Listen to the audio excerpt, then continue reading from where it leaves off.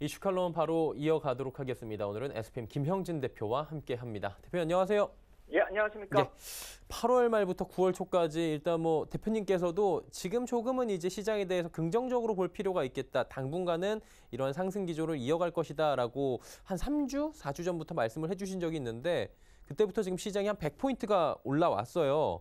단기 상승폭 치고는 꽤 높은데 추가 상승이 이제 가능하다고 볼지 이 부분이 좀 관건인 것 같은데 어떻게 보는 게 좋을까요? 예, 맞습니다. 여태까지 나타났었던 모습은 우리가 이제 어느 정도 기대를 했었던 모습이고 반등이 나와도 이 정도는 나올 수가 있다라고 생각이 되는 폭이죠.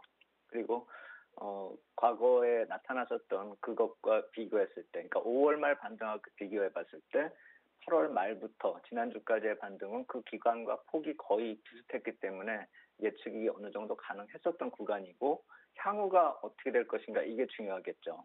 5월 반등하고 비교해 봤을 때 거의 일치가 되고 있다는 점도 특징적입니다. 거래일수 29일 동안 9.91% 5월에 하락을 하고 23일 동안 5%, 5.26% 반등을 했는데 이번에도 거래일수 비슷하게 27일 동안 9.97% 하락하고 23일 동안 4.78% 지난주까지 그렇게 상승을 했다라는 것이죠. 수치가 거의 일치하기 때문에 반복됐다 이렇게 보시면 될 것 같습니다. 기술적 지표도 거의 비슷했던 상황이었고요. 그래서 이번에 이어지고 있는 이번 주 상승은 추가적인 모습이 나타나고 있기 때문에 5월하고 비교할 것이 아니라 지난 1월하고 좀 비교를 해봐야 된다라고 생각이 됐고 상승 전환에 대해서 생각을 해야 되는 그런 적지 않은 변화가 나타난다라고 가정을 한다면 지난 1월 반등하고 거의 비슷할 것이다 이런 생각도 듭니다. 그래서 중기적인 시각을 점검하기 위해서 기술적 지표가 항상 맞거나 의미가 있다 이거보다도 제가 자꾸 기술적 지표를 최근에 말씀을 드리는 이유는 이 중기적인 시각에서 조금 변화가 되는 것이 있는가 이거를 비교하기 위함입니다. 그래서 코스피 1월 반등하는 그 모습하고 비교를 해본다면 1월에는 지금 왼쪽에 푸른색 타원으로 제가 표시한 그 구간을 말씀을 드리는 것인데 34일 동안 12%가 상승을 했습니다. 그리고 이번의 경우는 지금 오늘까지 계산을 하면은 25일 동안 6.6% 정도, 6.06% 정도 상승을 했습니다. 그래서 왼쪽에 푸른색 타원에서 좀 중요하게 우리가 봐야 될 것은 지금 푸른색 선의 60일 이동평균선이 그때 반등이 컸었기 때문에 상승 반전을 좀 급하게 만드는 모습이 나타났었죠. 그리고 이번에도 상승이 나타나면서 60일 이동평균선 낙폭이 점차 줄어들고 있는데 만약에 추가적인 그러니까 푸른색 박스로 표시해 놓은 것만큼 좀 추가적으로 상승을 만들어낸다면 60일 이동평균선이 또 상승 전환이 나타날 수가 있다라는 것이고 그렇게 된다면은 60일 이평이 쌍바닥이 만들어진다는 것을 이 표에서 표시를 한 것입니다. 그래서 어떤 점들이 그렇다면 추가 상승을 결정할 수 있을까 이걸 살펴본다면은 연휴 동안에 ECB 통화정책회의하고 연휴 끝난 바로 직후에 FOMC 회의 이벤트 같이 통화정책회의가 중요할 것이다 이렇게 봐야 될 테고요. 그리고 FOMC 회의는 중기 정책 전망을 가늠할 수 있는 분기말 회의이기 때문에 더 중요하다 이렇게 봐야 될 것입니다. 그래서 아까 보신 그 자료의 그 표처럼 60일 이평이 만약에 쌍바닥을 만들고 턴하는 그 요인에 있어서 이런 이벤트들이 좀 긍정적으로 작용이 된다라고 한다면은 향후 시장이 좀 더 내년까지도 좀 기대를 해볼 수 있는 그런 상황으로 이어지지 않을까 이렇게 생각이 되고 또 하나 그렇게 생각할 수 있는 요인 중에 하나는 3분기 실적 발표가 이제 10월부터겠지만 주가는 이 9월 중순 이후부터 그러니까 추석 이후부터 주가에 반영될 것이기 때문에 추석 이후는 그런 이벤트하고 더불어서 프리어닝 시즌에 주가가 반영이 된다는 점에서 중요한 타이밍이다. 이렇게 보실 필요 있겠다. 이렇게 말씀드리겠습니다. 자, 그리고 이제 이벤트가 있습니다. 당장 저희가 추석 연휴를 지내고 딱 돌아오면 FOMC 회의가 기다리고 있는데 이게 이제 호재로 작용할지 아니면 기대감으로 올려놓은 주가를 그대로 아래로 무너뜨릴지 사실 이 부분도 간과할 수가 없을 것 같은데 어떻게 보는 게 좋을까요? 그렇죠. 잘못하면 우르르 무너질 수도 있을 만큼 많이 올라온 것이 사실입니다. 그런데 좀 그렇지 않게끔 이렇게 정책 위반자분들이, 그러니까 FRB나 뭐 이쪽 ECB 쪽에서 그렇게 만들어 주길 좀 기대해야 되지 않을까 이렇게 생각이 됩니다. 그런데 22회의가 12일 내일이죠. 근데 22회의 쪽은 아무래도 전반적으로는 이제 통화 완화 쪽으로 가겠지만 지난 회의 결과를 봤을 때 그다지 명확하게 이렇게 결론을 내질 않았기 때문에 기대감이 좀 떨어지고 있다 이렇게 생각이 되는 것이고, 시장은 그렇기 때문에 지금 22 통화정책회의 직전에서는 미국 시장 같은 경우도 좀 약간 조정세를 보이고 있는 그런 모습이다 이렇게 봐야 될 테고, FOMC 회의가 좀 더 기대가 되는 상황이다 이렇게 볼 수가 있겠죠. 그런데 22 쪽하고 이 FOMC 회의 결과가 연동될 것이기 때문에 12일에 나타나는 그 모습을 좀 본다라고 한다면 FOMC 회의 쪽으로 얼마만큼 긍정적인 요인으로 작용이 될지는 한번 짐작은 좀 할 수 있지 않을까 이렇게 생각이 됩니다. 그래서 한번 2020년 3월에 이 패드 미팅의 목표 금리 확률을 이 패드워치 툴에서 한번 다시 구해봤는데요. 이게 제가 뭐 한 격주로 보거나 보통 좀 오랫동안 이렇게 좀 띄엄띄엄 볼 경우에는 한 달에 한 번 정도 보는 이 표인데, 오늘 아침 기준으로 한번 이 표를 한번 뽑아 보니까 어제 같은 경우 미국 국채 입찰 부담으로 인해서 채권 금리가 좀 반등을 미국 쪽에서 보였음에도 불구하고 이 금리 인하 확률은 계속 지속되고 있다는 점이 참 눈여겨볼 만하다 이렇게 생각이 됩니다. 그만큼 통화정책 완화에 대한 기대감이 강하다 이렇게 볼 수가 있는 것인데, 가운데에 키가 큰 두 개의 막대가 있는데요. 그게 30%씩 기록을 하고 있습니다. 50bp하고 75bp 금리 인하인데, 왼쪽에 좀 키가 큰 그 막대기가 75bp고 36% 정도 확률을 가리키고 있고, 그리고 키가 큰 것 중에 오른쪽이 50bp 확률인데 37.3% 정도 기록을 하고 있습니다. 그러니까 지금 내년 1월 정도께로 놓고 봤을 때도 3번 정도의 금리 인하가 지금 예상이 되는 그런 상황이기 때문에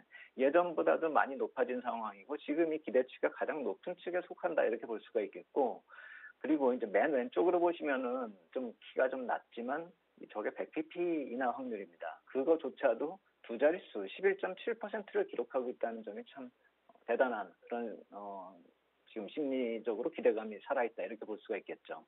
이 회의 이후에 9월 회의 자료나 4월 회의 자료나 1분기 회의 자료들을 찾아보면은, 그러니까 내년 1분기요.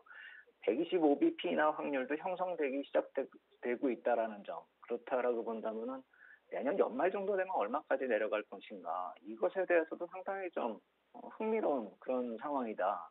어제 같은 경우 JP모건의 CEO께서는 미국도 마이너스 금리를 한번 생각해 봐야 되지 않느냐, 그거에 대한 대비책을 세우고 있다, 이런 얘기까지도 말씀하셨는데, 실질적인 금리 인하가 만들어지냐 안 만들어지냐, 또 뭐 그것 때문에 유동성 공급이 되냐 안 되냐, 이런 것보다도 제가 봤을 때는 그렇다면 저러한 정책 시스템이 아직도 건재한 상황이고, 더불어서 채권 시장 강세가 저렇게 지속될 것이다 이렇게 본다면은, 채권 시장 강세 지속되는 한 자산시장에서 금융시장의 위기론 이런 얘기가 나올 이유는 없는 것이고 불필요한 걱정이 될 테겠죠. 그리고 위기가 없다라고 한다면 항상 위기에 취약한 이머징 마켓 이쪽에 대해서도 뭐 추가 급락 가능성 많이 거의 없어졌다 이렇게 볼 수가 있겠죠.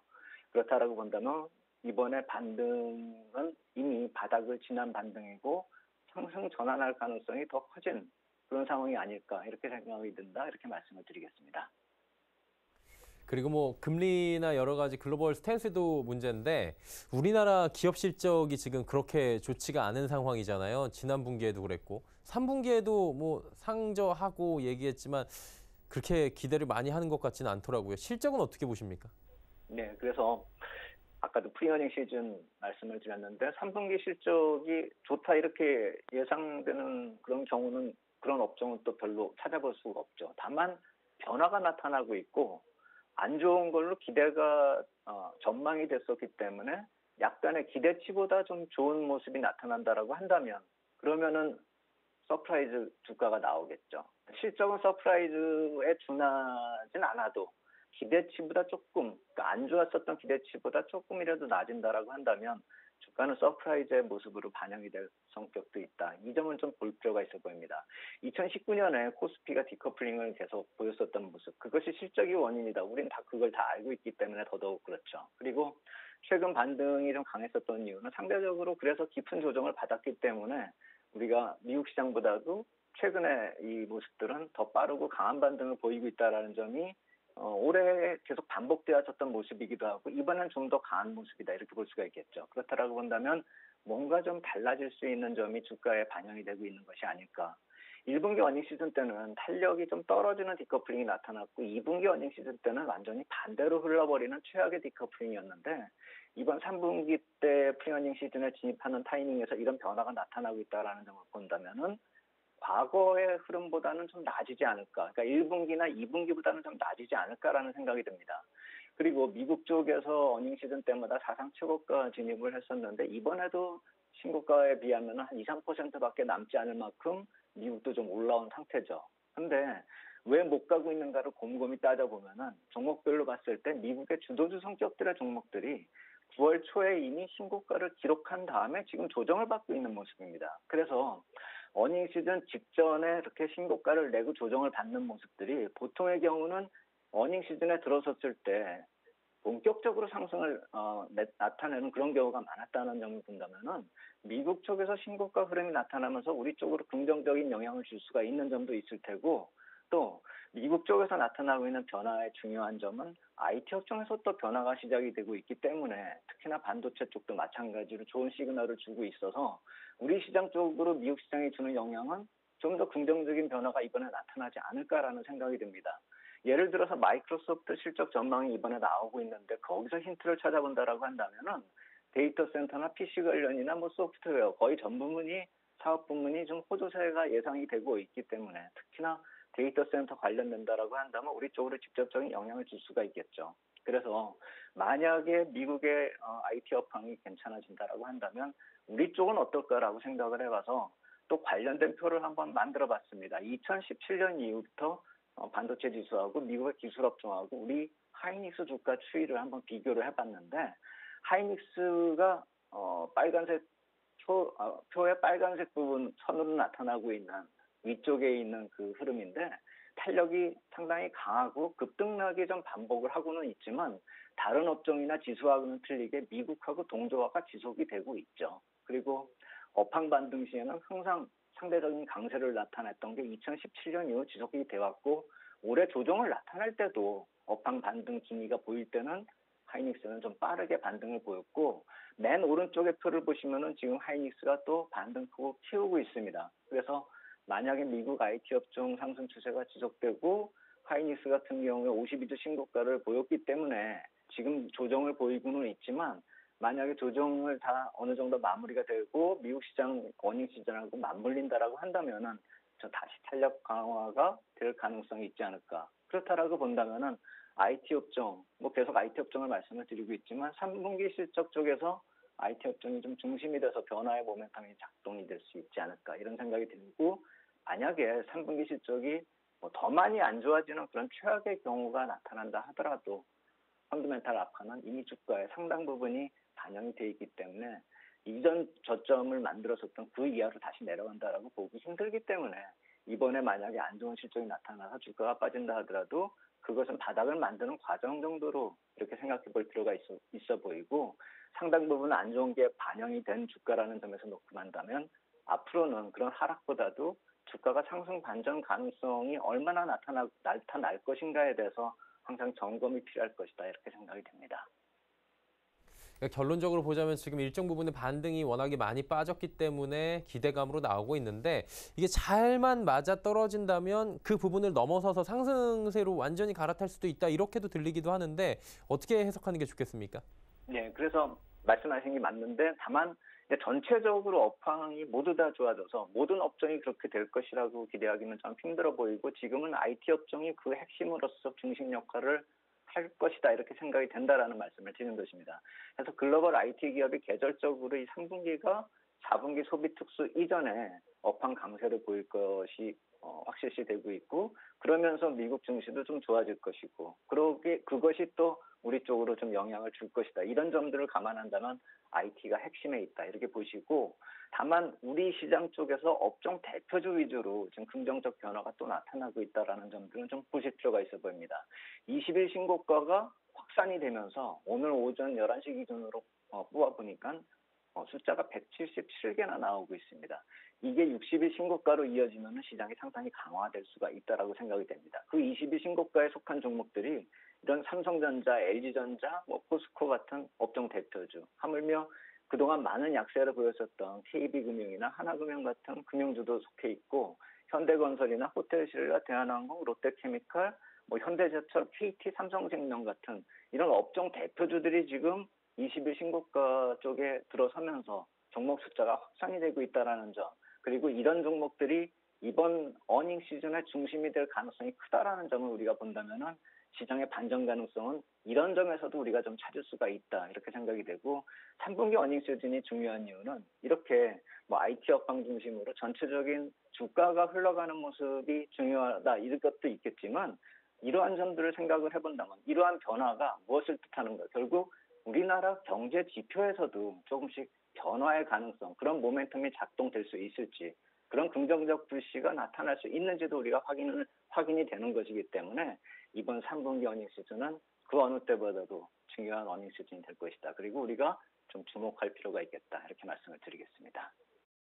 3분기 어닝 시즌 관련 이야기들 종목까지 한번 업황까지 추려봤습니다. 오늘 말씀은 여기까지 듣도록 하겠습니다. 추석 명절 잘 보내세요, 대표님. 고맙습니다. 네, 즐거운 명절 되십시오. 네, 감사합니다.